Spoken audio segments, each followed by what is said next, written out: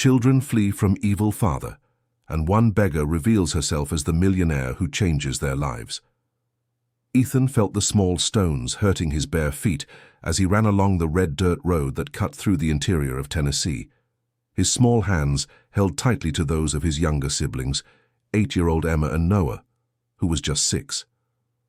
The three were fleeing in desperation from the home where they had never found peace, carrying only a torn school backpack with a few pieces of clothing and fear etched in their frightened eyes. It was then that a woman appeared, walking in the opposite direction, wearing old and dirty clothes, hair disheveled by the wind, and also barefoot.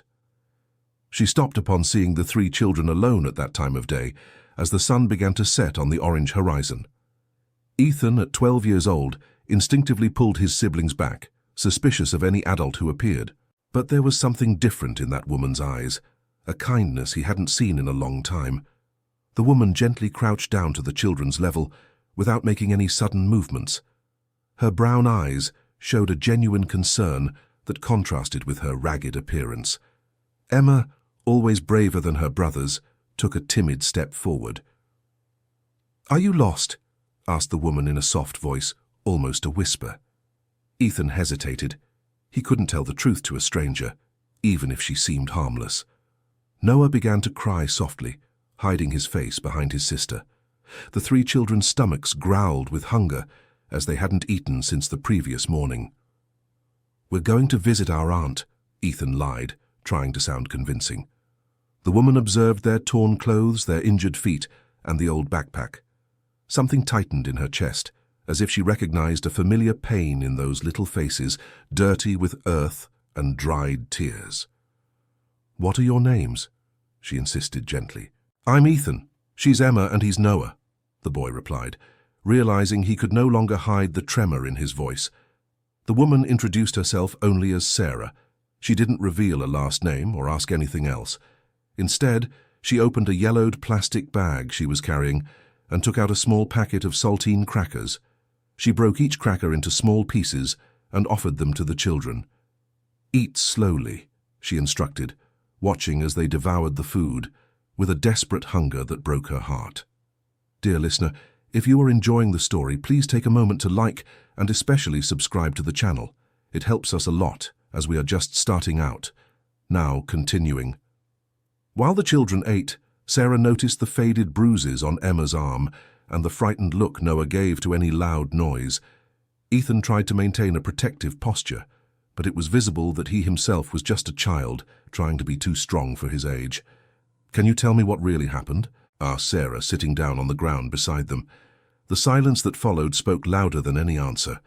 Emma looked at Ethan, waiting for permission to speak. Noah continued to whimper softly. "Our dad," Ethan began, but stopped, swallowing hard. "He drinks a lot, and when he drinks he becomes different." Sarah closed her eyes for a moment, as if those words awakened painful memories in her own soul. When she opened them again, there was an iron determination in her gaze. "And your mother?" she asked delicately. "She left when Noah was 3, Emma replied with the typical innocence of someone who doesn't fully understand the complexities of adult life. "Daddy said she couldn't take care of us anymore." Ethan shot a warning look at his sister, but the damage was already done. Sarah realized there was much more to this story than the children could or wanted to tell. Night was falling quickly, and temperatures in rural Tennessee dropped sharply after sunset. The children began to shiver, having only the clothes on their backs to protect them from the cold. "Come with me," said Sarah, standing up and brushing the dirt from her worn-out skirt. "I know a place where you can sleep safely tonight." Ethan shook his head no. He had learned not to trust adults, especially after everything they had experienced with their father. "We're not going back home," he declared with a firmness that impressed Sarah. "Never again." "I don't intend to take you back," she replied calmly. "But you need shelter and food, and I can help with that." Emma tugged on her older brother's sleeve. "Ethan, I'm really cold," she whispered, "and Noah is shaking." The boy looked at his younger siblings and realized he had no choice. They wouldn't survive a night out in the open, especially Noah, who had always been more fragile. "Just for tonight," he finally conceded. Sarah led the 3 children along a trail that cut through a small grove of eucalyptus trees. The path was familiar to her, as she had walked it for years. They arrived at a simple building of exposed brick with a faded sign that read, St. Joseph's Shelter. The place functioned as a small hostel for people in vulnerable situations. The person in charge of the shelter was Mr. William, a man in his 60s with greying hair and a moustache that was always neatly trimmed, even living in that simple place. He had known Sarah for 3 years, since she first showed up asking for a place to sleep. "Sarah, what a surprise," said Mr. William, opening the wooden door. "And who are these little ones?" "They need help, Mr. William, just for a few nights, until I can sort out their situation." The man looked at the children with the experienced eyes of someone who had seen much human suffering. He immediately realized this was not an ordinary situation. "You know we have rules here," he murmured, looking specifically at Sarah. "Unaccompanied children are a huge responsibility." "I take full responsibility for them," replied Sarah with a conviction that surprised even herself. Mr. William hesitated. He knew Sarah as a reserved person who rarely spoke about her past and never got deeply involved with other shelter residents. Seeing her take responsibility for 3 children was completely unexpected. "All right," he finally agreed, "but only for a few days. If the situation isn't resolved, I'll have to call the proper authorities." The inside of the shelter was simple but clean. There were some iron bunk beds, a small dining area with 4 tables, and a basic kitchen where the residents themselves prepared their meals when they had ingredients. Sarah took the children to an area with 3 empty beds. Emma and Noah sat on one of the beds, finally relaxing after hours of tension. Ethan remained standing, still on alert. "I'll make something for you to eat," said Sarah, heading to the kitchen. In the shelter's simple pantry, she found some basic ingredients: rice, beans, oil, and some seasonings. With surprising skill, she began preparing a nutritious meal. Her movements in the kitchen were confident and efficient, as if she were used to cooking for a family. Mr. William watched discreetly through the kitchen door. There was something different in the way Sarah moved, a natural elegance that contrasted with her unkempt appearance.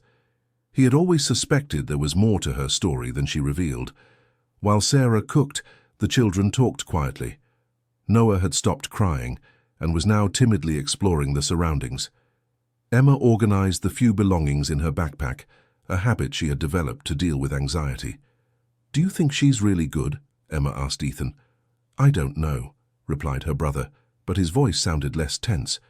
"So far she's only helped us." "She has sad eyes, just like Mom's," observed Noah with the sharp perception some children develop. Ethan looked at his younger brother with curiosity. Noah barely remembered their mother, but apparently held on to some deep impressions. The aroma of food spreading through the shelter made the children's stomachs growl even louder. For almost 2 days they had eaten only scraps they found or small kindnesses from strangers. Sarah returned with 3 steaming plates of rice, beans, and some pieces of sausage she found in the freezer. The food was well seasoned and fragrant. "Eat slowly," she instructed again, sitting down with them at the table. The children devoured the meal with a silent gratitude that touched Sarah's heart deeply. She watched every movement, every expression of relief on the little faces that finally relaxed.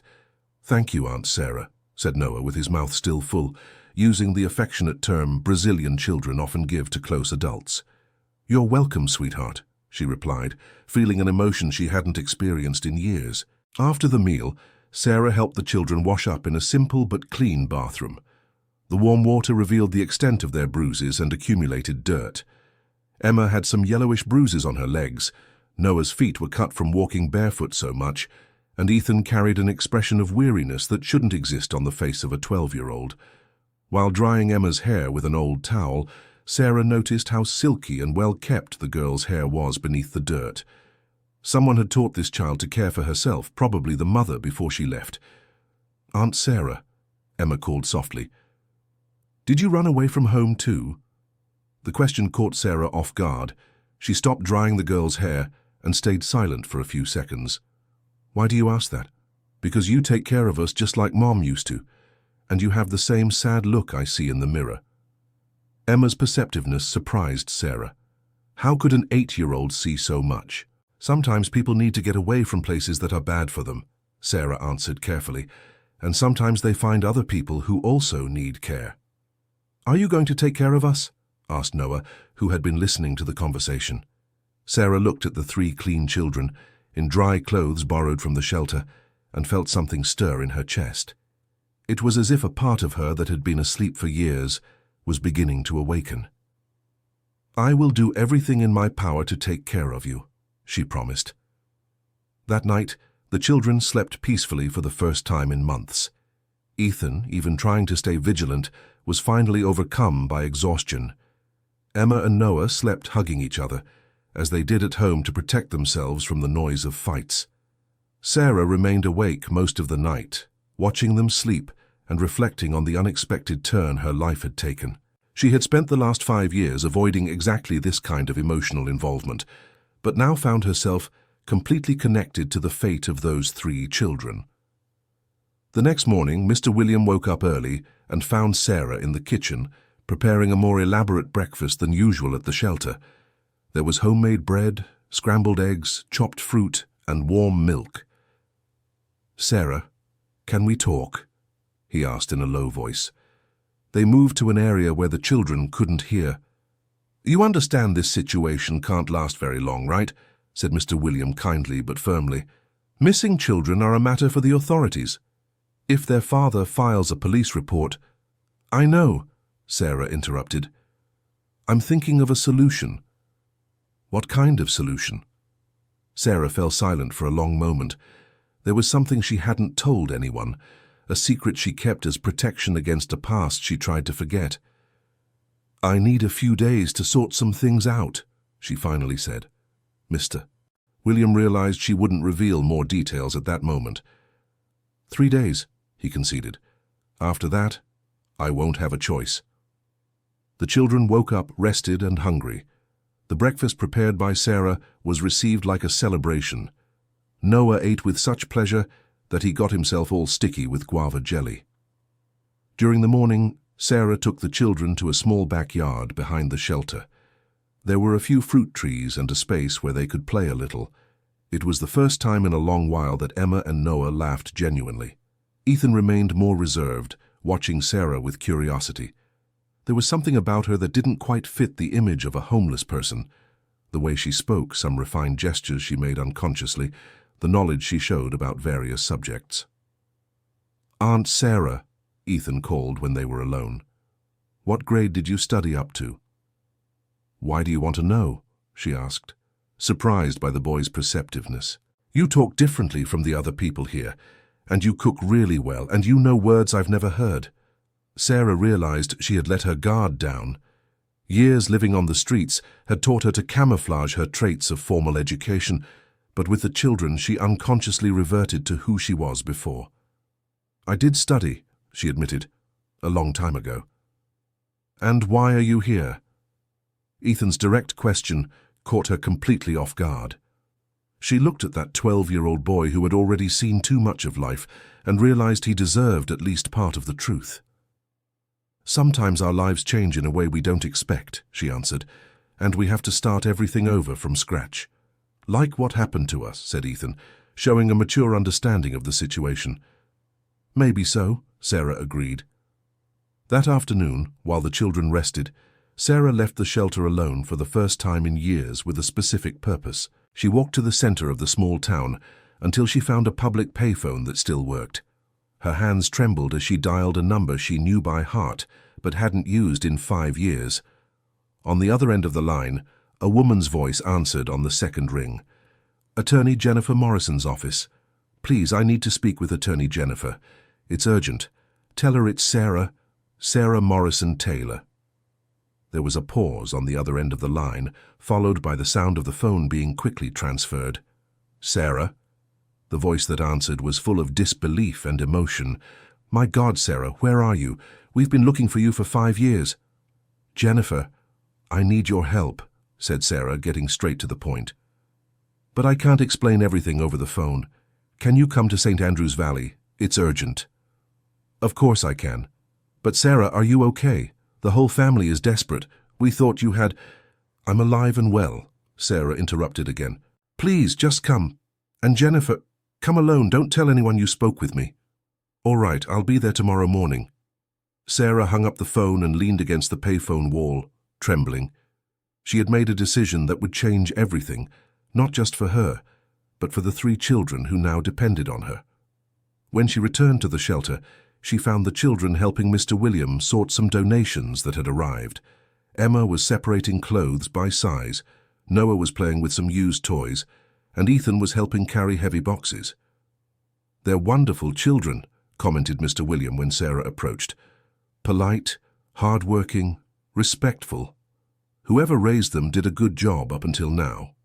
"It was their mother," explained Sarah. "From what I understand, she took very good care of them before she passed." "And the father?"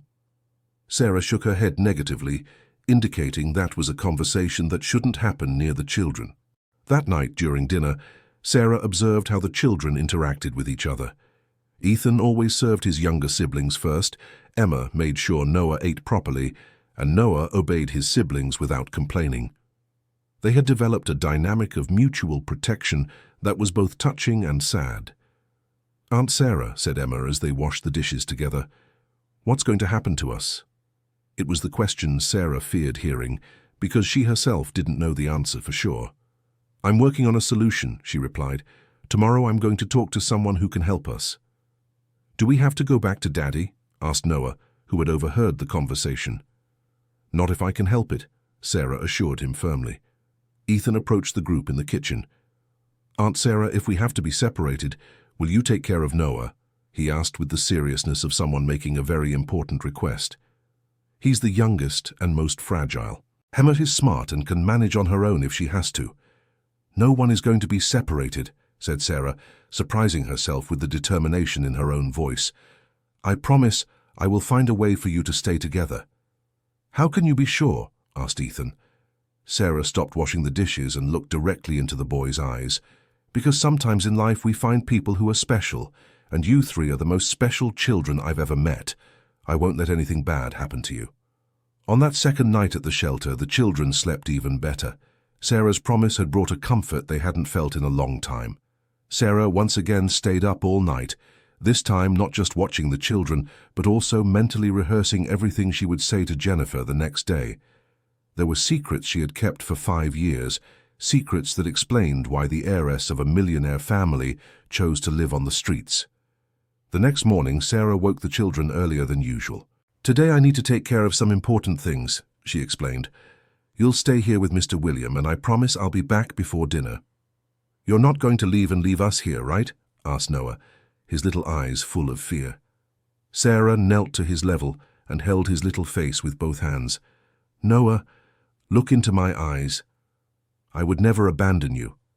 I'm going out today to figure out a way to take better care of you, understand?" The boy nodded, but was still visibly worried. "Ethan will look after you and Emma while I'm not here, okay?" "Okay," agreed Noah. Sarah said goodbye to each of the children with a tight hug. As she was leaving, Ethan called her. "Aunt Sarah, I know you're trying to help us, but if it gets too hard for you, you don't have to worry about us. We've survived worse things." The forced maturity of that 12-year-old boy broke Sarah's heart. "Ethan, listen carefully to what I'm going to tell you. Nothing is too hard when it comes to taking care of people you love. And I love you 3, understand?" It was the first time Sarah had used the word love referring to the children, and the impact was immediate. Ethan's eyes filled with tears he tried to hide. "I understand," he whispered. Sarah left St. Joseph's shelter with a broken heart, but determined. She walked to the city bus station and waited. At 10 o'clock sharp, an elegant black car parked in front of the terminal. A woman of approximately 40 years got out of the car, brown hair pulled back in an impeccable bun, expensive business clothes, genuine leather shoes.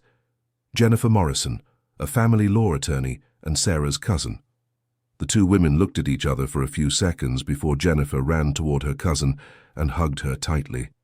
"Sarah, my God, you're so thin. And these clothes. What happened to you?" "It's a long story," replied Sarah, returning the hug. "The whole family has been looking for you for 5 years. Mom almost went crazy with worry. Why did you disappear like that? Jennifer, I need you to listen to me without interrupting, and then I need your professional help. They sat down in a small cafe near the bus station. Sarah began to tell, for the first time in 5 years, what really happened. After the accident, after I lost Michael and Emily. Her voice trembled as she mentioned her children's names. I couldn't live in that house, in that life anymore. Everything reminded me of them. Every room, every toy, every photo. Jennifer listened in silence, with tears in her eyes. Depression took over me. I didn't eat. I didn't sleep. I didn't talk to anyone. And the more the family tried to help me, the worse I got. That money, that mansion, those social engagements. Nothing made sense without the children. But why didn't you seek treatment? Why did you just disappear? Because I needed to feel pain, Jennifer. I needed to suffer. It was the only way I had to feel connected to my children, and on the streets I found other people who were also suffering. For the first time since the accident, I felt useful. Jennifer shook her head, trying to understand her cousin's logic. And now, what changed?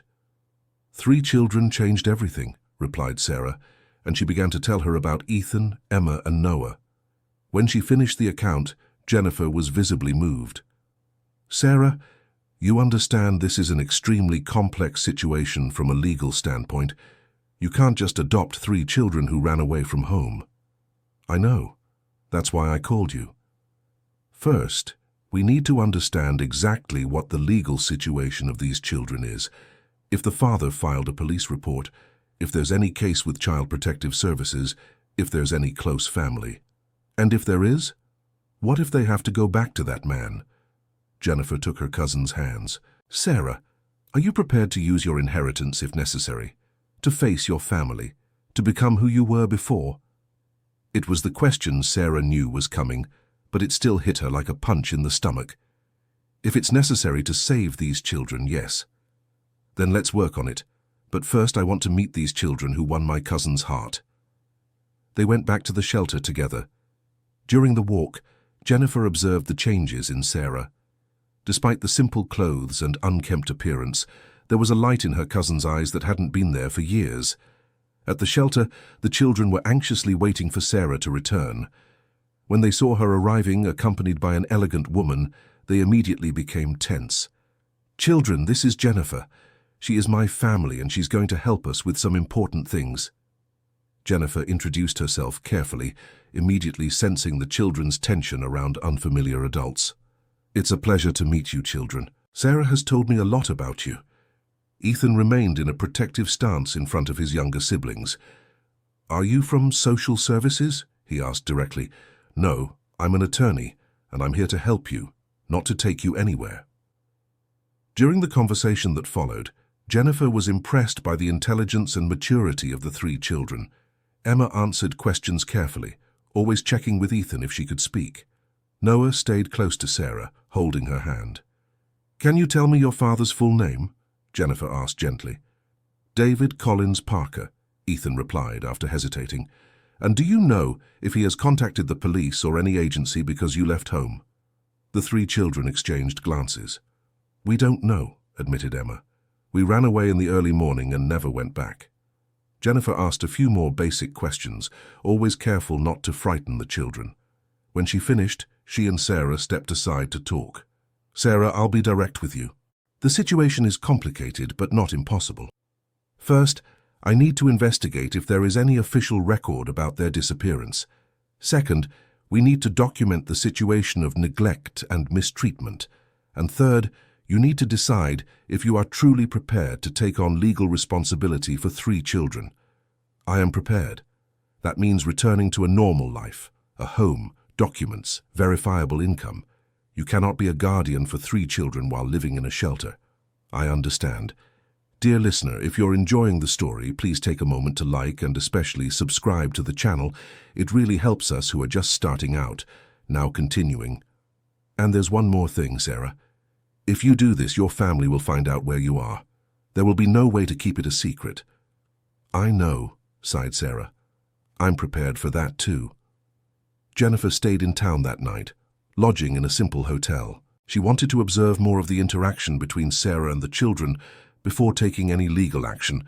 During dinner at the shelter, Jennifer was touched by the affectionate way Sarah cared for the children. She helped them serve themselves, cut Noah's food, talked with Emma about her drawings, guided Ethan on the studies he had missed. "Aunt Sarah," said Noah at bedtime, "is the lady in the pretty clothes going to take us away?" "No, my love. Jennifer is here to help us stay together." "Forever?" "I hope so," replied Sarah, kissing the boy's forehead. After the children fell asleep, Sarah and Jennifer talked late into the night. "You really love them, don't you?" observed Jennifer. "I love them as if they were my own children," admitted Sarah. "I know it seems crazy, it's only been a few days, but they've filled a void I thought would never be filled again. And they clearly love you too. The way Noah clings to you, how Ethan trusts you despite being so wary, how Emma seeks your approval for everything. They saved me, Jennifer. I thought I was saving them, but in truth, they saved me." The next morning, Jennifer began her investigative work. Using her professional contacts, she discovered that David Collins Parker had indeed filed a missing persons report for the children, but only 5 days after they ran away. Further investigation revealed a concerning history. 3 anonymous calls to Child Protective Services in the last 2 years, all reporting possible child neglect. Neighbors confirmed problems with alcoholism and aggressiveness. But the most shocking discovery came when Jennifer investigated the death of the children's mother, Linda Collins Parker. The case had been closed as an accident, but there were inconsistencies in David's testimony that had raised flags at the time. "Sarah, we have a problem and an opportunity," Jennifer explained when she returned to the shelter. "What's the problem?" "The father did file a missing persons report for the children. Technically, they are being looked for." "And what's the opportunity?" "There is evidence that this man is not a fit father. With the right strategy, we can get legal custody of the children." "What does that involve?" "First, you need to become Sarah Morrison Taylor again, heiress to the Morrison family. You need your own house, proven income, documented emotional stability. And second? Second, we'll need the children's own testimony about the mistreatment, and that could be traumatic for them." Sarah was silent for several minutes, pondering the implications. "Jennifer, is there any chance the children could be forced to return to their father while we wait for the court's decision?" "There is. It's the biggest risk we're taking." "Then let's do everything as quickly as possible." That afternoon, Jennifer made another important call to the Morrison family. "Aunt Margaret, it's Jennifer. I need to talk to you about Sarah." The call lasted over an hour. On the other line, Mrs. Margaret Morrison, family matriarch and Sarah's grandmother, alternated between crying and shouting. Happiness at knowing her granddaughter was alive, anger at her disappearance, disbelief about her current situation. "Jennifer, bring my granddaughter home immediately," ordered Mrs. Margaret. "Aunt, it's not that simple. Her situation is complicated." "What situation?" "She is my granddaughter. She's the heir to a fortune. She has responsibilities to the family. She wants to adopt 3 orphaned children." The silence on the other end lasted almost a minute. "What children? From where?" Jennifer explained the whole situation. When she finished, Mrs. Margaret was visibly moved. "Bring them all home," she said finally. "If those children saved my granddaughter, then they are welcome in our family." The answer surprised even Jennifer. "Are you sure about this, Aunt?" "Jennifer, I lost my granddaughter 5 years ago. If taking care of 3 orphaned children is what makes her happy, then that's what we'll do." Meanwhile, at the shelter, Sarah had made a decision. She called the 3 children for a serious talk. "I need to tell you something important," she said, sitting with them in a circle in the backyard. "What is it, Aunt Sarah?" asked Emma, sensing the tension. "Remember when you asked about my past?" "Well, I didn't tell the whole truth." Ethan straightened up, becoming alert. "Before I came to live on the street, I had a very different life. I had a big house, money, a wealthy family." "And why did you leave?" asked Noah. "Because I had 2 children, a boy and a girl, whom I loved very much, and they went away." Sarah used the word "went away" to not scare the children with details about death. Where did they go? Asked Emma. To a place they can't come back from, and I was so sad I couldn't live in that house full of their memories anymore. The three children processed the information in silence. But now I found you, continued Sarah, and you brought joy back to my heart. That's why I want to take care of you forever, if you want. Forever, really? Asked Noah with shining eyes. Forever. But to do that, I'll need to go back to my wealthy family, and you'll have to come with me. Ethan looked suspicious. And why would your family want us there? Because I'll explain to them that you are part of my family now. But we're not rich, observed Emma. We don't know how to behave in a rich person's house. Sarah smiled for the first time in days. Emma, being rich isn't about money. It's about love, affection, taking care of each other. And in that, you are the richest children I've ever known. And Daddy, Noah asked quietly, what if he wants us back? Jennifer and I are going to do everything in our power so you don't have to go back to a situation that's bad for you. Ethan thought for a few minutes before speaking. Aunt Sarah, do you promise we'll stay together, that no one will separate us? I promise. Then we'll go with you, he decided, speaking for his two sisters as well. That night, Sarah called Jennifer again and informed her she had told the children the truth. How did they react? Better than I expected. They trust me. Great, because tomorrow we'll need to leave here. Your grandmother sent a car for you. What do you mean? Sarah, your family found out everything, and they want to meet the children. Your grandmother said if these children saved you, they are welcome in the family. Jennifer, I don't know if I'm ready for this. You'll have to get ready because it's the only way we can get legal custody of the children before their father tries to get them back. The next morning, a luxurious car stopped in front of the shelter. The driver, uniformed and polite, helped load the children's few belongings.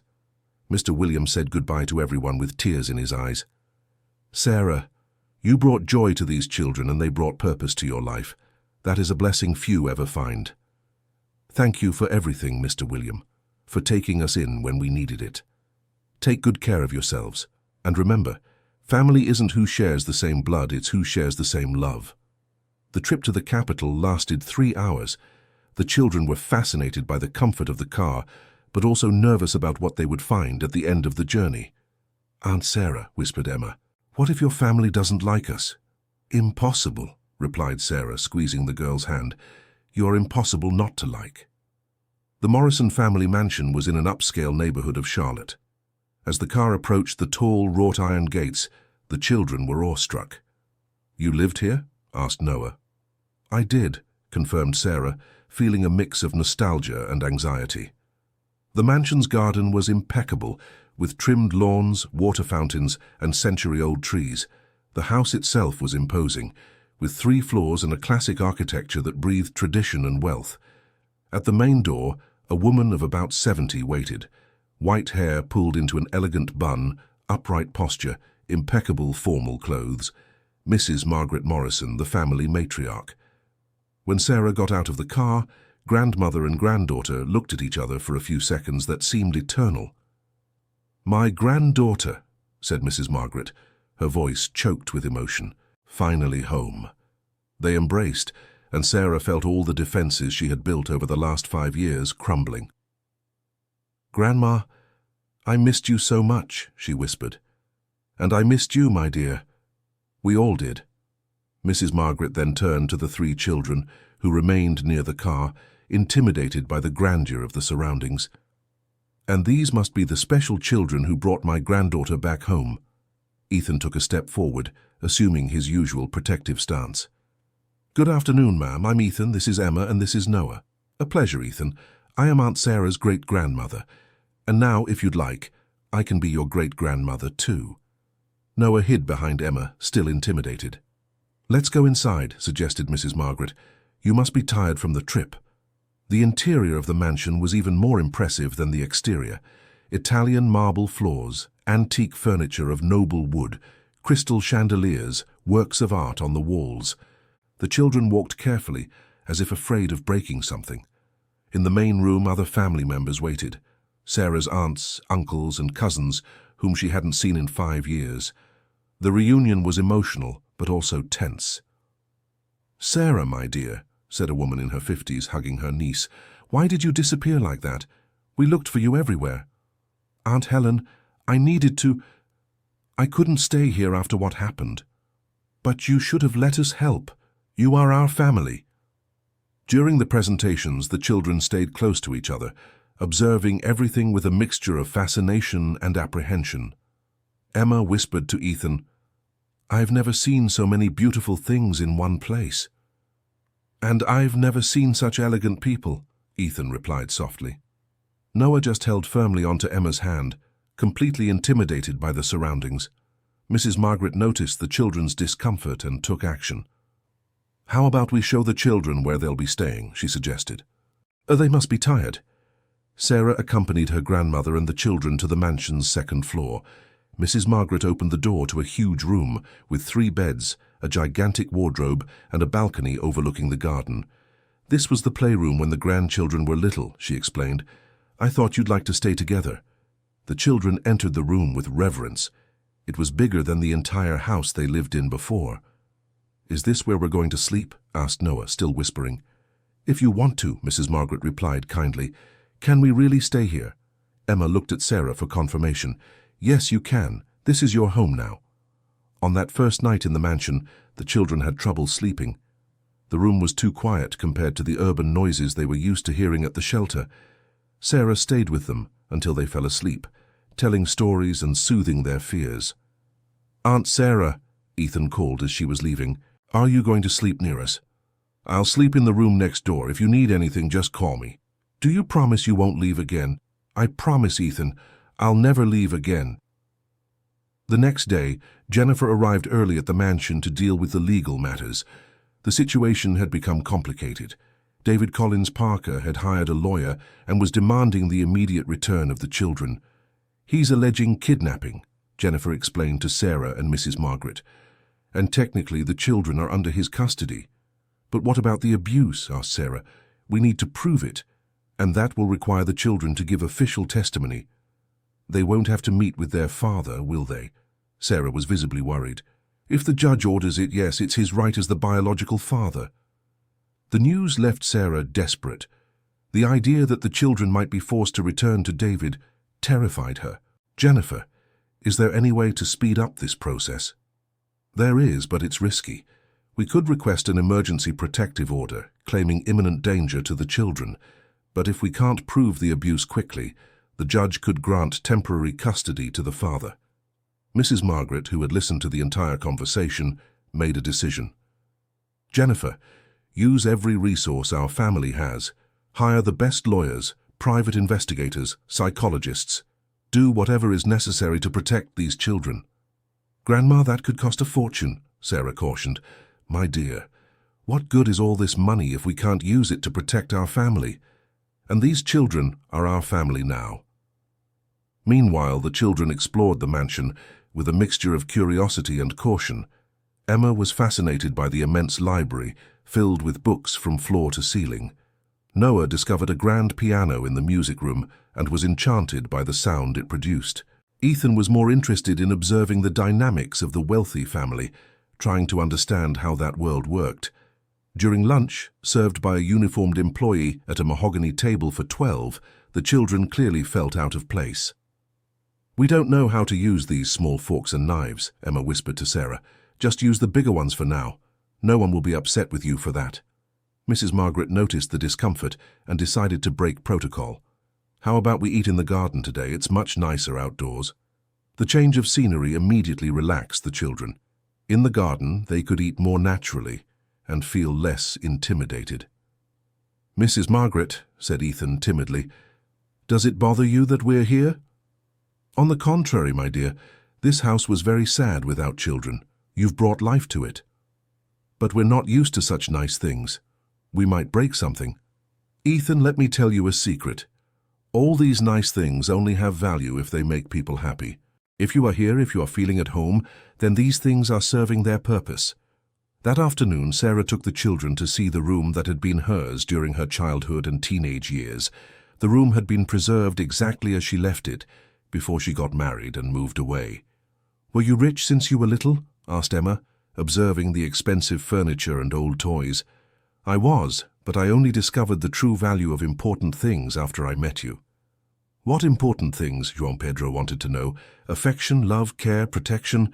Those things can't be bought with money. That night, during dinner, the family gathered to discuss the children's legal situation. Sarah had decided they had a right to know what was happening. Children, there's a possibility your father might try to take you back, she explained carefully. The silence that followed was heavy. Noah began to cry softly. We don't want to go back, he said between sobs. I know, my love. And we are doing everything so that doesn't happen. Ethan, ever practical, asked the difficult question, and if the court says we have to go back? Then we'll fight in court until we can't anymore, replied Mrs. Margaret firmly. This family does not abandon those it loves. Emma looked around the table, seeing all the people she now considered part of her family. Aunt Sarah, if we have to talk to the judge, can we tell the truth about our dad? You can and should, but only if you feel safe to do so. We'll tell, declared Ethan. We don't want other kids to go through what we went through. The courage of the 3 children moved all the adults present. The next day, the official notification arrived. A hearing had been scheduled for the following week. David Collins Parker, accompanied by his lawyer, would demand the return of the children. Jennifer had obtained some important results in her investigations. She discovered that David had been fired from his last job for showing up drunk, that he had significant gambling debts, and that neighbors confirmed episodes of domestic violence. Sarah, we have a solid case, Jennifer informed her, but it's still risky. The courts tend to favor the biological father even in questionable situations. And if we lose? If we lose, the children return to David immediately, and then it becomes much harder to get them out again. The tension in the mansion was palpable. The children sensed something important was about to happen, even though the adults tried to protect them from the anxiety. Emma began having nightmares, waking up crying in the middle of the night. Noah developed a habit of following Sarah all around the house, afraid she might disappear. Ethan would lie awake in bed for hours, planning escape routes in case he needed to protect his siblings. 2 days before the hearing, Sarah made a courageous decision. She sat with the 3 children in the mansion's garden and talked about the hearing. You will need to tell the judge what your life was like before you met me. It will be difficult, but it's important. Will Daddy be there? Asked Noah fearfully. He will, but he can't do anything to hurt you. There will be many important people there protecting you. And what if he gets angry? Emma showed the same concern. He might get angry, but that will only show the judge what he's really like. Ethan asked the question everyone feared. Aunt Sarah, what are the real chances we'll have to go back home? Sarah decided to be honest. There is a chance, yes, but there's also a very good chance you'll stay here with me forever. And if we go back? If you go back, I'll keep fighting until I can bring you back. I promise that. On the eve of the hearing, the whole family gathered for dinner. Mrs. Margaret had prepared a surprise. 3 new birth certificates had arrived in the mail. What is this, Grandma? Asked Sarah, curious. They are the duplicate copies of the children's birth certificates. Jennifer got them through her contacts. And I made a small change. Sarah looked at the documents, and her tears began to fall. On the papers, the children appeared with the surname Morrison Parker.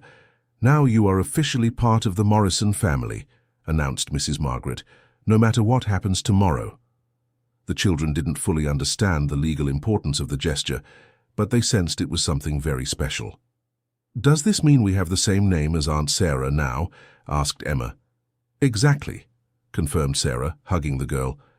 And Grandma Margaret too, João Pedro wanted to know. Yes, replied Mrs. Margaret, kissing the boy's forehead. Ethan looked at his new document with an emotion he tried to hide. I never had a nice last name before, he confessed quietly. Now you do, said Sarah, and it's a last name full of history and love. That night, the children slept a little more peacefully, knowing that no matter what happened, they now had a real family. The morning of the hearing dawned cold and rainy. The children dressed in new clothes that Mrs. Margaret had bought especially for the occasion. Not expensive or extravagant clothes, but nice, appropriate clothes that made them feel respected and important. The trip to the courthouse was tense. Sarah held the children's hands in the back seat of the car, trying to convey a calm she didn't feel herself. "Remember," instructed Jennifer, "always tell the truth. Don't make anything up, but don't hide anything important either. The judge will know if you're lying." "We know, Aunt Jennifer," replied Ethan. "We just want to tell how things really were." When they arrived at the courthouse, Sarah saw David for the first time. He was at the entrance of the building, smoking nervously and talking with his lawyer. He seemed sober, but his clothes were wrinkled and he had shaved poorly. The children saw him too. Noah immediately hid behind Sarah. Emma held her hand tightly. Ethan clenched his jaw, preparing to protect his siblings. David saw them and made a move to approach, but his lawyer held him back. "Daddy," whispered Emma, and Sarah heard fear in the girl's voice. "He can't do anything here," reassured Sarah. "We are protected." The hearing began with the judge, Dr. Robert Harrison, explaining the process to the children. He was a middle-aged man with a serious but not intimidating expression, who clearly had experience dealing with cases involving minors. "Children, do you understand why we are all here today?" he asked gently. "Yes, sir," replied Ethan. "To decide where we're going to live." "Exactly. And for that, I need to understand how you feel and what happened for you to leave your father's house." David was sitting on the other side of the room, accompanied by his lawyer. He looked at the children with an expression that mixed anger, sadness, and something that could be regret. David's lawyer, a tie.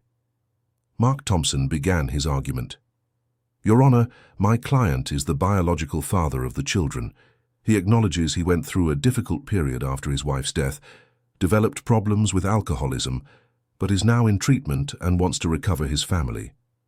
"Mr. Thompson," interrupted the judge, "your client reported the children missing only 5 days after they left home. How do you explain this delay?" "My client believed the children had gone to a relative's house and would return on their own." Jennifer stood up to contest. "Your Honor, the children had no other close relatives. Mr. David knew they were lost and waited 5 days to seek help. This demonstrates negligence." The judge took notes and addressed the children. "Ethan, as the oldest, can you tell me why you left home?" Ethan took a deep breath and began to speak. His voice was firm, but Sarah could sense the effort he was making to stay calm. "Your Honor, our dad drinks a lot. When he drinks, he gets very angry and yells at us. He also breaks things in the house and sometimes hurts us." "What kind of hurts?" asked the judge carefully. "He pushes, pulls hair, slaps. Once he threw Noah on the floor because he was crying." David shifted uncomfortably in his chair. "And why didn't you seek help before?" "We were scared. And we also didn't know we could ask for help." The judge then addressed Emma. "Emma, can you tell me how you felt living in your father's house?" The girl looked at Sarah, who nodded encouragingly. "I was scared almost every day. We never knew when Daddy was going to get angry, and he always said that Mommy left because we were too much trouble." "Do you remember your mother?" "A little. She was caring and sang us to sleep. Daddy said she didn't love us anymore, but I think he was lying." Emma's words clearly touched something in David, who lowered his head. Finally, the judge spoke with Noah, using even simpler and more careful language. "Noah, can you tell me how you feel now, living with Aunt Sarah?" "I feel happy," the boy answered sincerely. "Aunt Sarah takes care of us and never yells, and Grandma Margaret makes good food, and I'm not scared to go to sleep." "And would you like to keep living there?" "Yes, we're a family now." The children's testimony had been impactful. Even David seemed shaken by his own children's words. David's lawyer tried a final gambit. "Your Honor, my client acknowledges his mistakes and is willing to seek intensive treatment. He loves his children and deserves a chance to recover his family." Jennifer responded, "Your Honor, love does not justify mistreatment.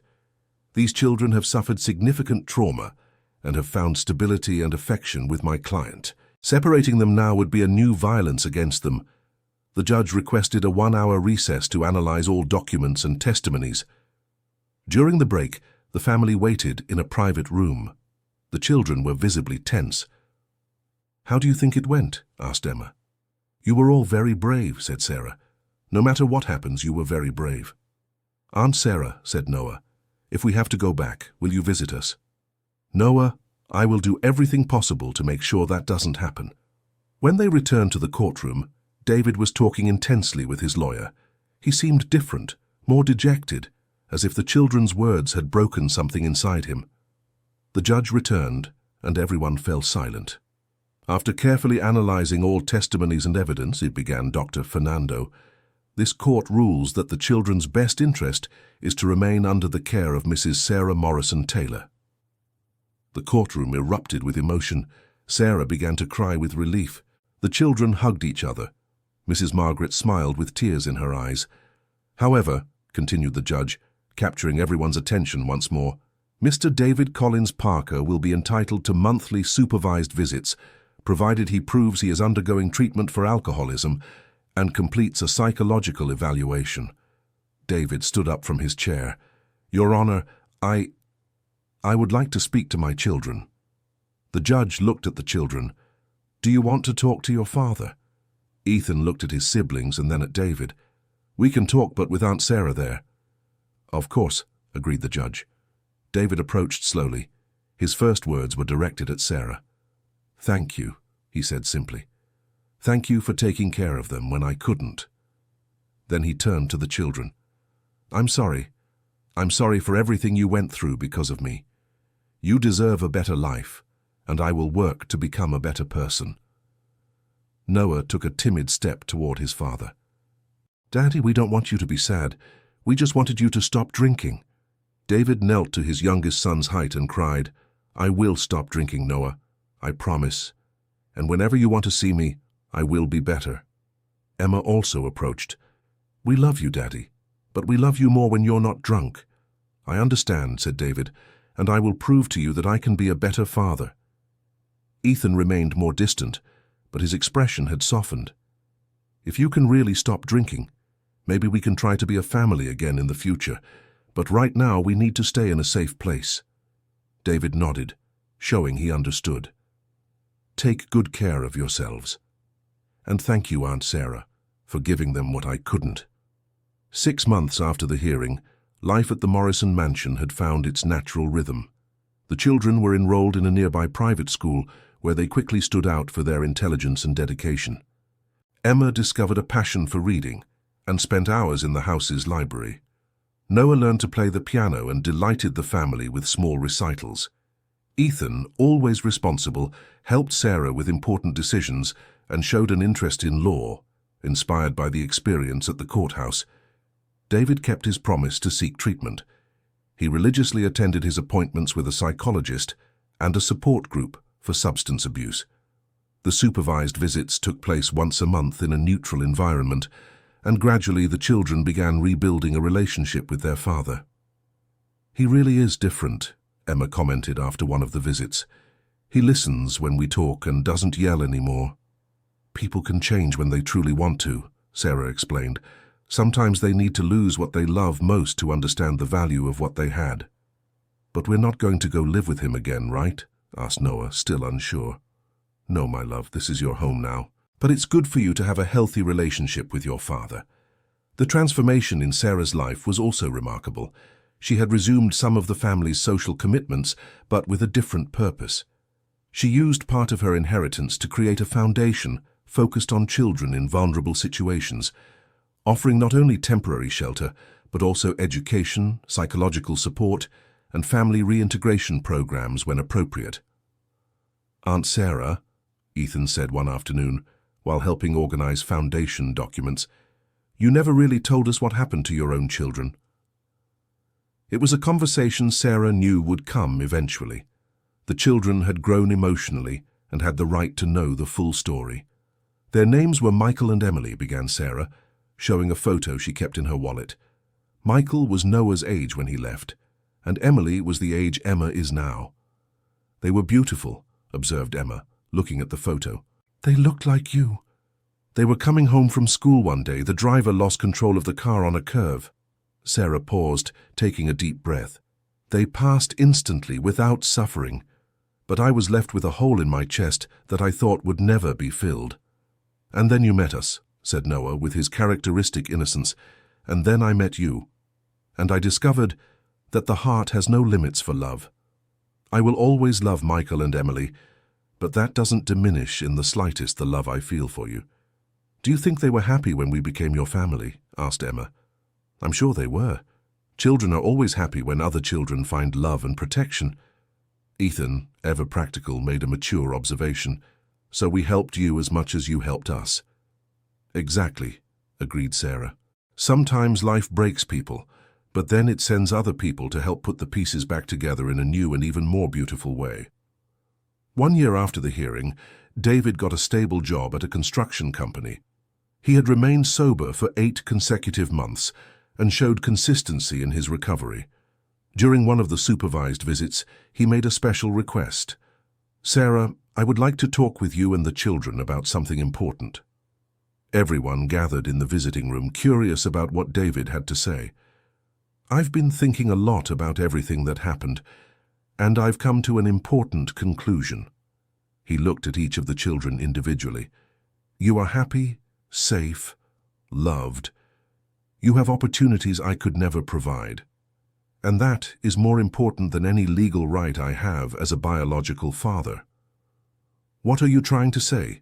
Asked Ethan, always direct. I'm saying I want to officially relinquish my parental rights, so that Sarah can adopt you completely and definitively. The silence that followed was heavy with emotion. But Daddy, said Emma, does that mean we won't be your children anymore? You will always be my children in my heart, replied David, his voice choked. But on paper, you will be the children of the person who truly cared for you when you needed it. Can we still visit you? Asked Noah. If you want, always. But now it won't be a legal obligation anymore. It will be because you want to. Sarah was clearly moved. David, are you sure about this? It's a very important decision. I'm sure. It's the last good thing I can do for them as their legal father. The final adoption process took another 3 months to complete. On the day of the final signing, the entire Morrison family was present at the notary's office. The children were now officially named Ethan Morrison, Emma Morrison, and Noah Morrison. How do you feel being officially my children? Asked Sarah as they left the notary's office. We've always been your children, replied Ethan. Now it's just official. But it's good to have it on paper too, added Emma. That way, no one can ever separate us again. And now can we call you Mom? Asked Noah timidly. Sarah knelt down and hugged the boy. You can call me whatever you want, my love. What matters is that we are a real family. The celebration party at the mansion was intimate, with only close family. Mrs. Margaret had prepared a special cake with the names of the 3 children written in coloured icing. Great-grandmother Margaret, said Emma during the party. Thank you for letting us be part of your family. My dear, you didn't become part of our family. You completed our family. What's the difference? Noah wanted to know. Being part is like being invited to a party. Completing it is like being the reason the party happens. 2 years had passed. The children had developed impressively. Ethan, now 14, was one of the best students in his class and already talked about wanting to study law to help other children. Emma, 10 years old, had become a voracious reader and had begun writing her own stories. Noah, 8 years old, played the piano with surprising skill and delighted the family with regular performances. The foundation created by Sarah had expanded significantly. It now served over 100 children in vulnerable situations, offering not only shelter, but also quality education, psychological support, artistic activities, and job training programs for teenagers. Mom, said Ethan one afternoon. He had naturally started calling her Mom a few months after the adoption. Can I ask you a question? Of course, my son. You never regretted adopting us. I mean, your life was simpler before. Sarah stopped what she was doing and looked directly at Ethan. Ethan, before I met you, I had an empty life disguised as simplicity. Now I have a full life that is sometimes complicated, and I prefer the complication that comes from love 1,000 times over.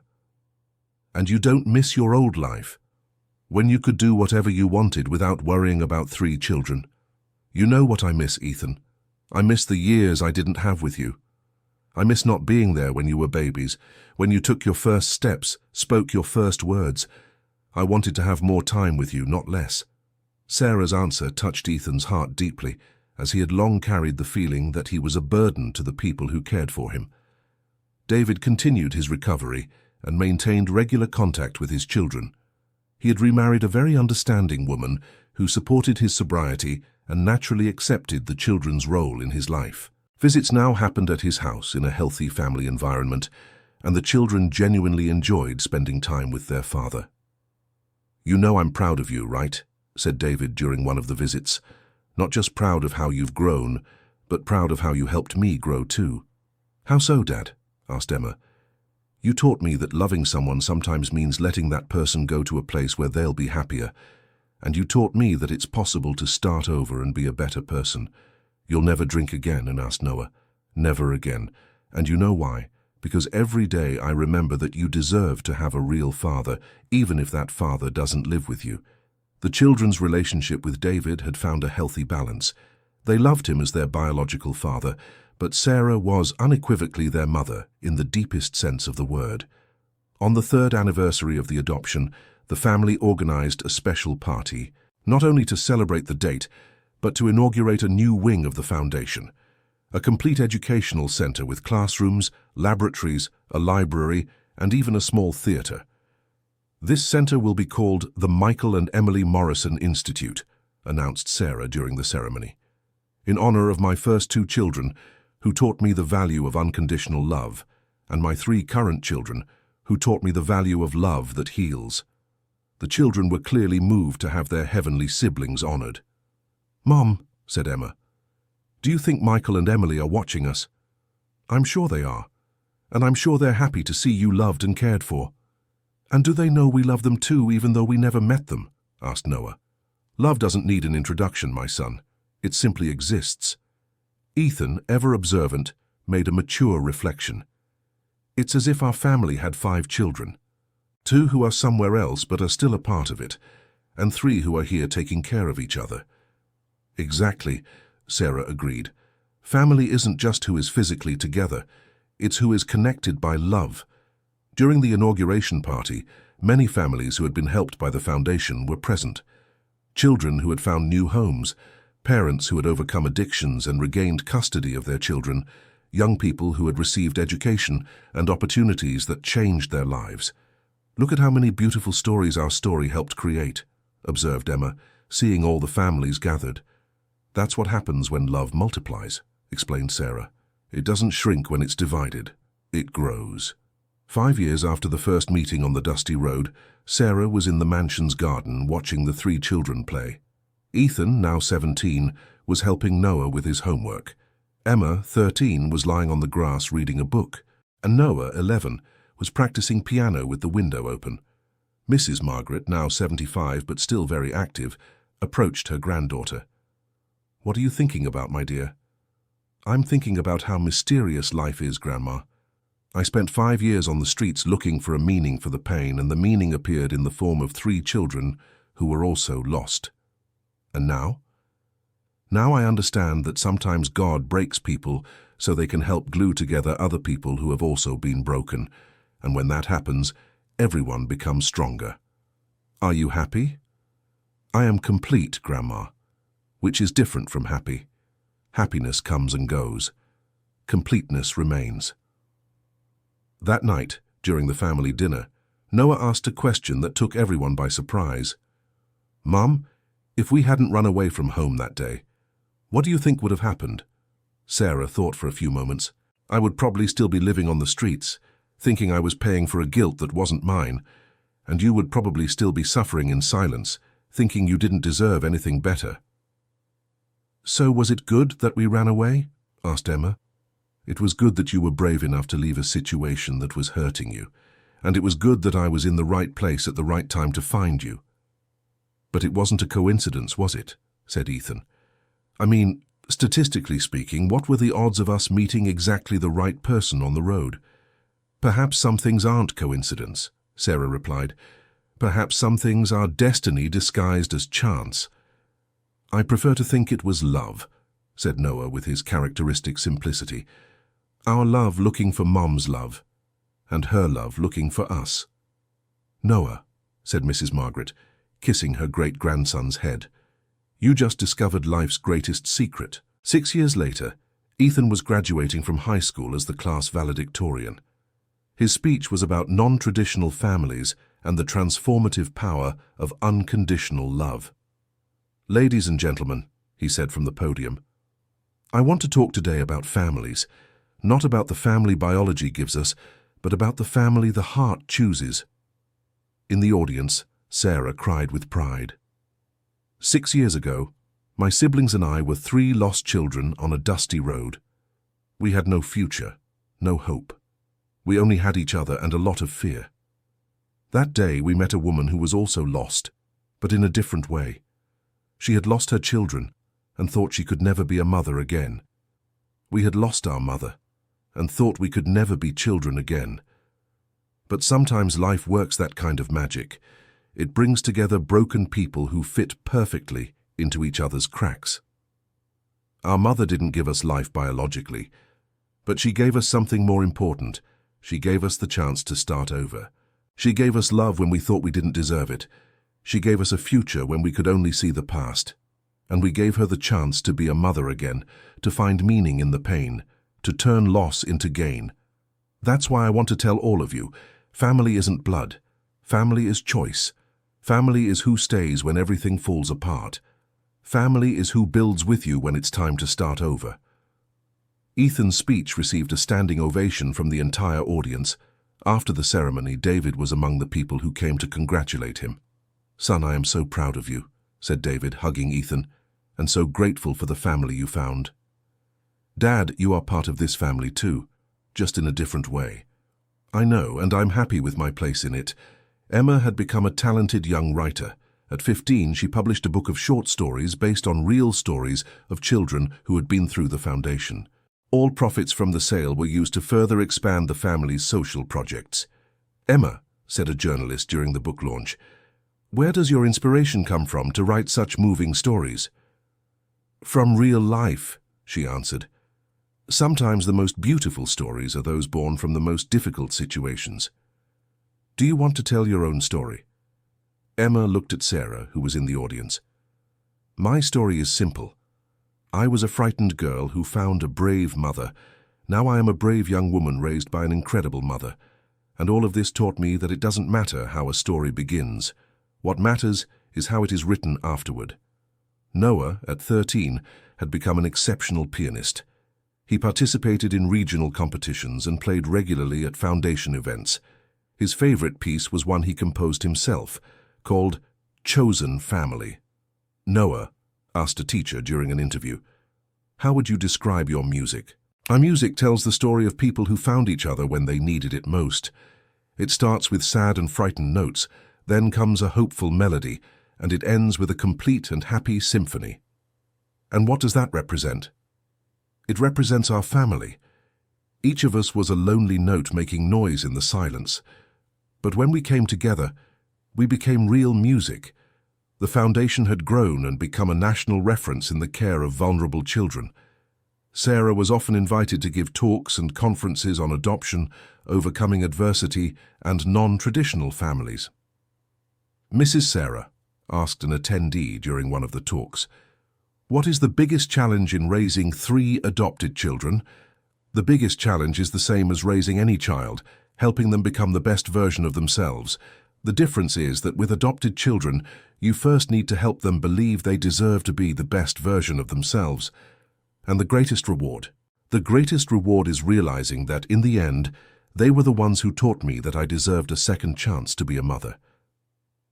8 years after that meeting on the road, the family gathered every Sunday for lunch at the mansion. It was a tradition that now also included David and his new wife, some long-time staff who had become part of the family, and often children from the foundation who were invited to experience a healthy family environment.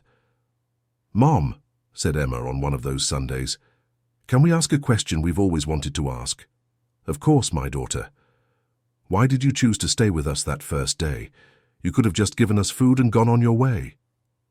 Sarah smiled, remembering that moment on the road that changed everything. You know that feeling when you find a puzzle piece that fits perfectly? That's what I felt when I looked at you. As if I were a piece that had been lost for a long time, and you were the pieces that completed the picture. So, but weren't you scared? Asked Noah. You didn't know us.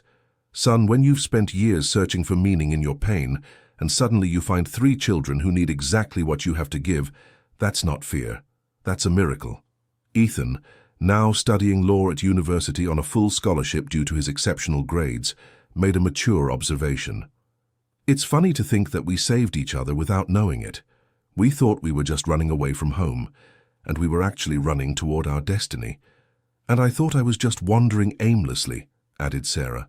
I was actually on my way to the most important meeting of my life. Mrs. Margaret, now the matriarch of an even larger and more united family, raised her glass of juice for a toast. Let's toast to the dusty roads that lead us to the right places, to the brave people who choose love, even when they're scared, and to families that are formed not by blood, but by heart. And let's toast, added David, to second chances, to healing forgiveness, and to the children who teach adults how to start over. Everyone toasted, and for a moment the table fell into an emotional silence. You know something, said Emma, breaking the silence. I can no longer imagine what our life would have been like if we hadn't met.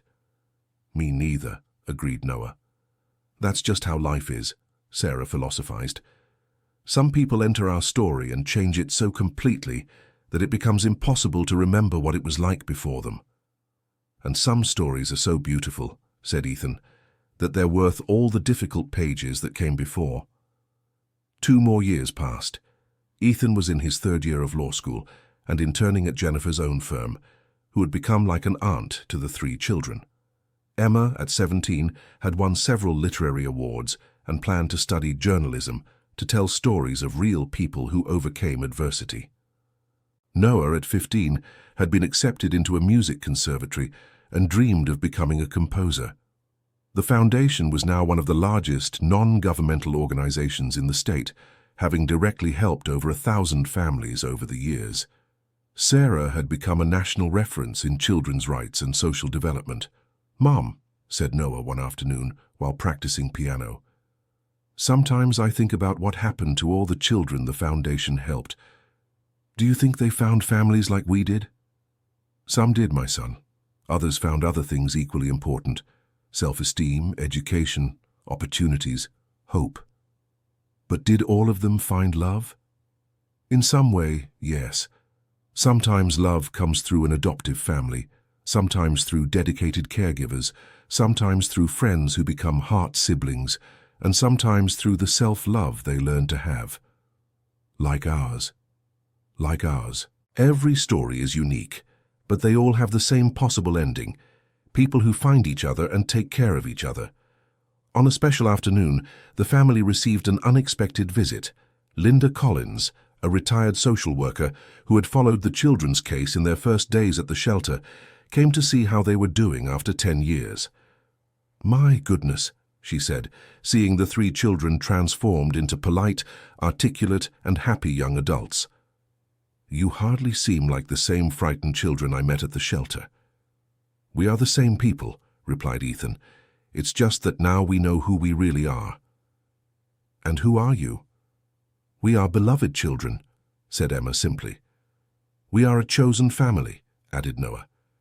And we are people who learned it's possible to start over as many times as necessary, concluded Ethan. Maria turned to Sarah. And you? Who did you discover you are? I discovered I am a mother, not just because I gave birth to 2 children, but because I chose to love 3 children as if they were my own. And I discovered that being a mother is much more about caring for your children's hearts than about having given birth to them. Dear listener, if you're enjoying the story, please take a moment to like and especially subscribe to the channel. It helps us a lot as we're just starting out.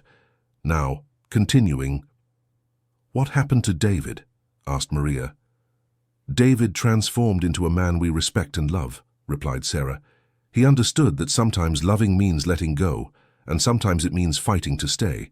He did both at the right time. He comes to dinner with us every month, explained Emma. And now he tells funny stories instead of yelling, and he hugs us instead of pushing us away.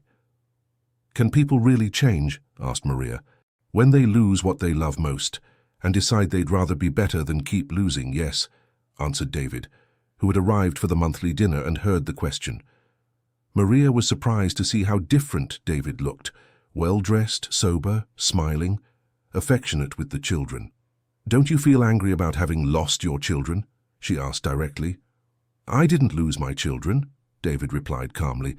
I gained the chance to see them grow up in safety and happiness, and I gained the opportunity to become the kind of father they deserve to have in their lives, even if not as their legal guardian.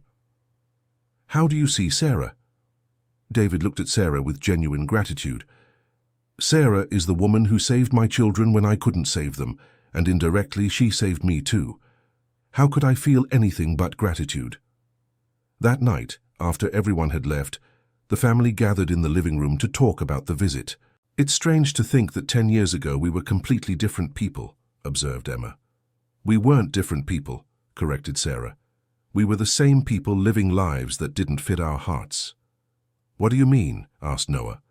You were always intelligent, caring, and brave children. You were just trapped in a situation that didn't let those qualities show, and I was always a person who likes to care for and protect. I was just trapped in a pain that wouldn't let me do that. So finding each other was like freeing ourselves to be who we always were, asked Ethan. Exactly, confirmed Sarah. Sometimes people don't need to change. They just need to be freed to be who they really are. And now, asked Emma, are we already who we're supposed to be, or are we still discovering ourselves? A whole life is a process of discovery, explained Sarah. The difference is that now you have a secure base from which to explore who you want to become. You have unconditional love, support, opportunities. You can make mistakes and succeed without fear of losing your home. That's what all children should have, observed Noah. That's why we started the foundation, Ethan reminded them, to give other children what we received. 2 years later, something special happened. Emma, now 19 and studying journalism, had written a complete book about the family's story. 3 children, 1 road, a miracle, became a national bestseller and was translated into several languages. During the official book launch at a packed bookstore, Emma dedicated the book. This book is dedicated to my mother, Sarah, who taught us that family is a verb, not a noun. To my brothers Ethan and Noah, who taught me that together we are stronger. To my father David, who taught us that it's possible to start over. And to my siblings Michael and Emily, who taught us that love does not end, it only changes form. But most of all, she continued, this book is dedicated to all the children who are still waiting on a dusty road for someone to see them, love them, and take them home. In the audience, Sarah wept with emotion. The journalist moderating the event asked, Emma, what is the main message of your book? The message is that there are no lost children. There are children who haven't yet found the person who was looking for them, and that there are no adults too broken to start over. There are adults who haven't yet found their reason to reconnect with life. And how can people make that connection? By being open, by being willing to love even when they're afraid, by understanding that sometimes saving someone is the best way to save yourself. After the event, the family went to dinner at a nearby restaurant. It was a tradition after important events to celebrate together. Emma, said Ethan, I'm proud of you. The book turned out beautifully and will help a lot of people. Thank you. But you all know the story belongs to all of us, right? I was just the scribe. And a very talented scribe, added Noah. You managed to put feelings into words in a way I never could. Everyone has their own talent, replied Emma. You put feelings into music. Ethan will bring justice to the world through law, and I tell stories that need to be told. And me? Asked Sarah playfully. What's my talent? The 3 children answered almost in unison. Loving. That night, back at home, Sarah was in the garden looking at the stars when Mrs. Margaret approached. What are you thinking about, my dear? I'm thinking about how everything fell perfectly into place in the end, how every pain, every loss, every difficult moment led exactly to the place we needed to be. Do you believe in destiny? I believe in love. And I believe that when you let love guide your choices, destiny aligns with your steps. And now, you're a complete and happy family. What comes next? Now comes the best part. Living. Simply living each day grateful for having found these three people who taught me that family isn't about perfection. It's about staying together even when everything is imperfect. Are you afraid of anything? I'm afraid I won't have enough time to love them enough. But then I remember that love isn't a matter of quantity of time, it's a matter of quality of presence. On the 12th anniversary of the meeting on the road, the family decided to do something special. They returned to that same dusty road where it all began, but this time as a united and happy family. "It's strange to be here again," said Noah, now a tall and elegant 17-year-old. "Remember how small and scared we were," said Emma, observing the landscape that remained almost unchanged. "I remember thinking we had no future," said Ethan, "and now I look back and see that was exactly the moment our future began." Sarah, now with graying hair but a radiant smile, looked at the place where their lives intersected. "Do you know what the most amazing thing about all this is?" she asked. "What?" asked the three in unison. "If I could go back in time and change anything in my life, I wouldn't change a thing, because any change might have prevented me from being right here at that exact moment when you appeared. Not even the part about losing Michael and Emily?" asked Emma gently.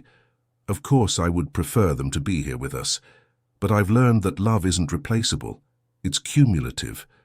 The love I feel for them hasn't diminished because I love you, and the love I feel for you wouldn't be less if they were here.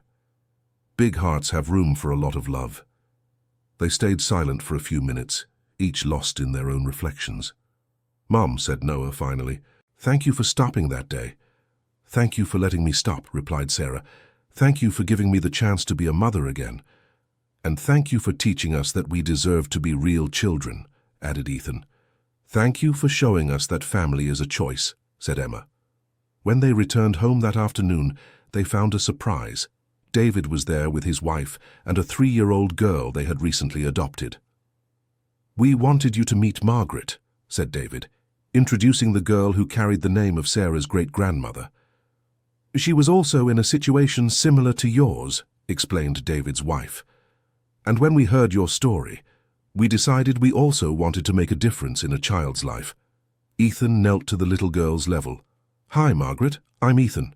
These are my siblings Emma and Noah, and this is our mom, Sarah." The girl looked at each one with curiosity. "Were you adopted too?" she asked with the typical sincerity of children. "We were," replied Emma, "and it was the best thing that ever happened to us." "Is Aunt Sarah going to be my mom too?" "No, little one," explained Sarah affectionately.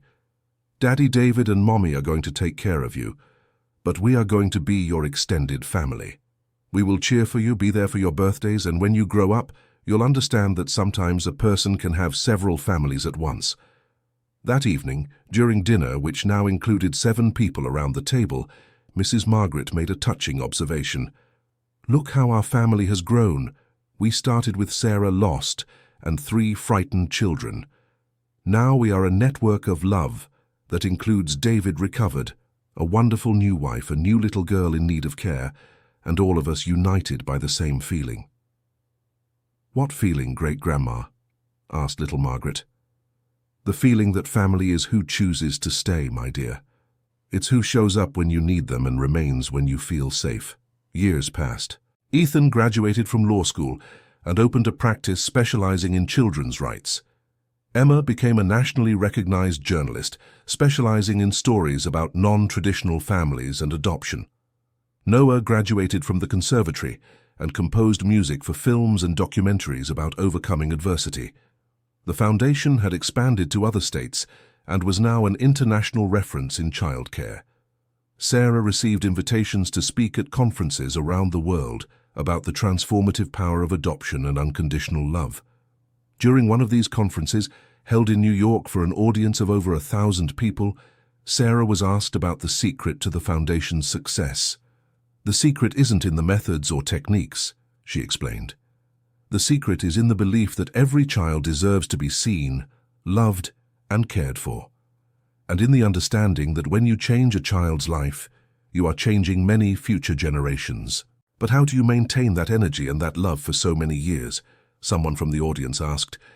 It's easy to maintain when you remember that every child we help is like my own children were when I found them, scared, needing love, deserving a chance. When you put your heart into each case, the work never becomes mechanical.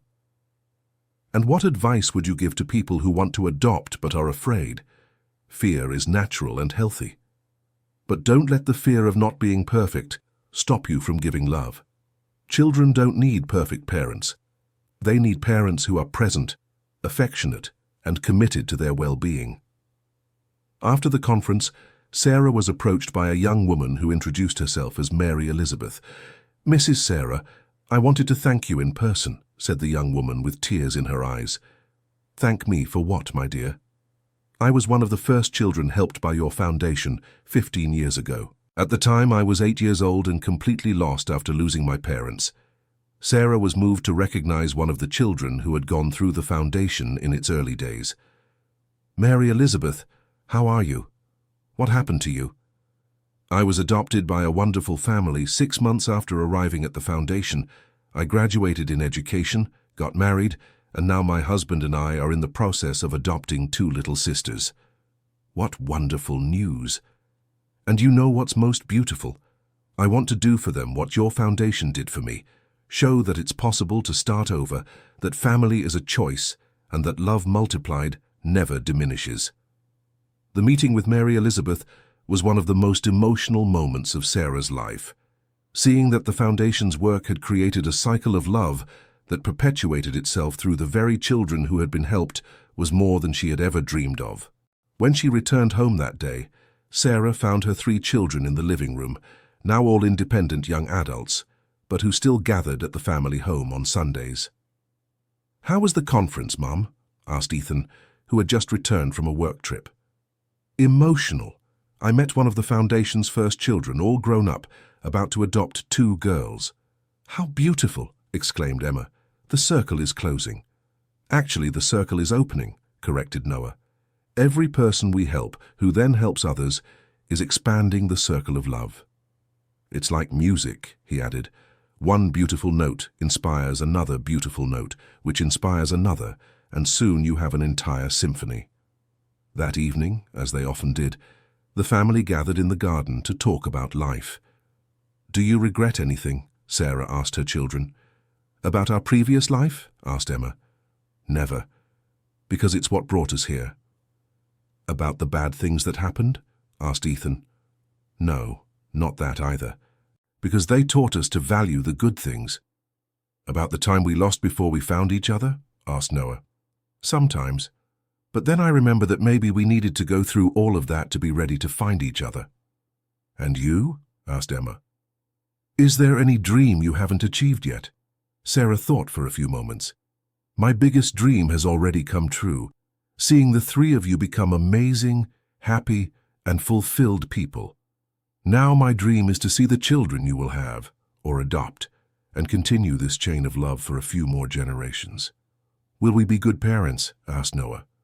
"You will be extraordinary parents," Sarah assured them, "because you know what it's like to need love, and you know what it's like to receive true love. That combination creates the best caregivers in the world." 2 years later, this dream of Sarah's began to come true. Emma married a journalist she met while covering a story about adoption. Ethan began a serious relationship with a lawyer who worked in human rights. Noah fell in love with a music teacher who shared his passion for using art for social purposes. "Mom," said Emma during one of the Sunday dinners, "Marcus and I are thinking about adopting." "What wonderful news!" exclaimed Sarah.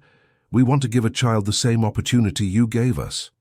"And I," added Ethan, "want to specialize further in adoption law. I want to legally streamline these processes so more families can be formed. And I'm creating a music therapy program for children in the adoption process," said Noah. "Music helps process emotions and trauma." Sarah looked at her 3 children, now accomplished adults, willing to spread the love they had received. "You know you're creating a legacy, right?" she said emotionally. "A legacy of love that will pass from generation to generation." "We learn from the best," replied Ethan. "You taught us that family isn't just about raising children. It's about raising human beings who make the world more loving," said Emma. And that true love is the kind that doesn't run out when it's shared but grows, concluded Noah. End of story. The story of Sarah and the 3 children spread across the entire country, inspiring thousands of families to consider adoption and showing that true love can heal the deepest wounds. The foundation they created remains active to this day, having helped over 5,000 children find loving homes or reconcile with their birth families when it was possible and healthy. David maintained his sobriety and became a speaker in support groups, helping other parents overcome addiction and rebuild relationships with their children. His adopted daughter, Margaret, grew up in a house full of love and became a children's rights advocate, following in the footsteps of her extended family. The little dusty road in Tennessee where it all began now has a sign that reads, "Place where 3 children found a mother, and a mother found her children, in memory that love always finds a way." And so a story that began with tears, fear, and despair turned into a saga of hope, love, and transformation that continues to inspire people around the world to believe it's never too late to start over, and that family is, truly, a choice of the heart. Now tell us what you thought of this story and where you're watching from. Do you believe people can really change when they find true love? Leave your opinion in the comments with sincere words. Do you believe Sarah made the right decision adopting the 3 children? We would love to read your opinion. Thank you so much for your company. Don't forget to leave your like and, most importantly, subscribe to the channel so you don't miss other moving stories.